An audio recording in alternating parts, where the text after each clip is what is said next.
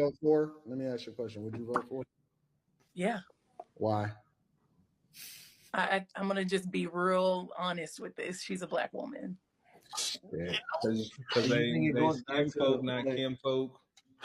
I think it goes back to what somebody was saying, where it's not voting for someone, but majority will vote for somebody else just Hold as on, wait. Hold on. Let me mind this out.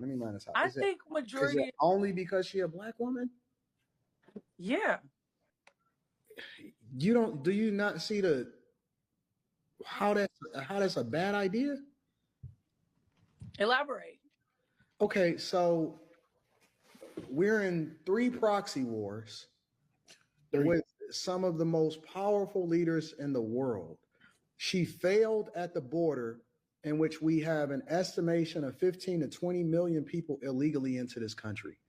That is literally overtaking and bankrupting Chicago to the tune of over $400 million per year, and they are in a deficit. Oakland is going out of business. San Francisco, ditto. California, $65 billion deficit. New York, they're literally cutting trash, in which they are the rattiest, dirtiest city, and they've taken up resources as far as free healthcare, free hotels to the tune of $600 a day. They're literally taking over your schools. Your taxpayer dollars are going to fund the migrant crisis. She was supposed to be in charge of this. We have a failing economy. Every single day I see people getting on the internet talking about $30 an hour is the new minimum wage, because inflation is fucking out of control. At one point, it was at almost 10%, depending on what city that you in. She has no policy, no record to stand on. One of the biggest things that she did in her career was lock up more Black men than ever before. But we sitting here and vote her in office on identity politics. The very person that she was under as far as the president of the United States of America, she called him racist during a debate, which shows you how fake she is. And the only thing that we can stand on from a policy perspective is whether or not she's Black and she's a woman.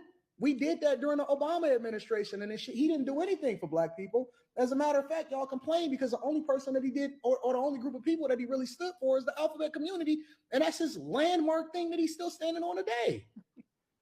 So the only thing that we have to stand on is identity politics. That shit didn't work with Tiffany Henyard in Dayton, Illinois. It didn't work with Karen Bass. It didn't work with Lori Lightfoot in Chicago. It didn't work with Brandon Johnson, that then took over her position in Chicago. It didn't work with Andre Dickens in Atlanta. It didn't work with Eric Adams in New York. It doesn't work across the country. Every single Democratic city is a hellhole. And we sitting here talking about identity politics?